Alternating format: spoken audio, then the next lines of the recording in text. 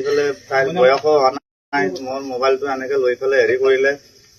দেউতা মই এটা লগৰ ছোৱালীক ফোন মাৰি পাওঁ দে বোলোতে তাহলে মা তই খবৰটো দি দিয়া। তাই মই ঘৰত মানে কিবা এটা কাম কৰিছে, সেই সময়তে তাই মানে লগৰ ছোৱালীৰ লগত এইবিলাক কিবা মইতো নাজানো, পঢ়া শুনা নাই, সেইকাৰণে মই আৰু হেৰি কৰা নাই। মইতো আৰু সিদিনাখনে মই গাড়ী চলাব গুচি গলো, মই মোবাইলটো লৈ পেলাই।